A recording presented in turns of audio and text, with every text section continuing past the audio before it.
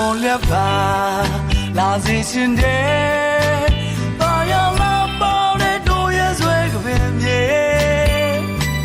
မြစ်တန်လွယ်ရှိဘဲကတို့များရဲ့ဌာနေရောက်လာပါတို့ရဲ့ဖားစီကြွေးကြိုတဲ့စားရမယ်လေ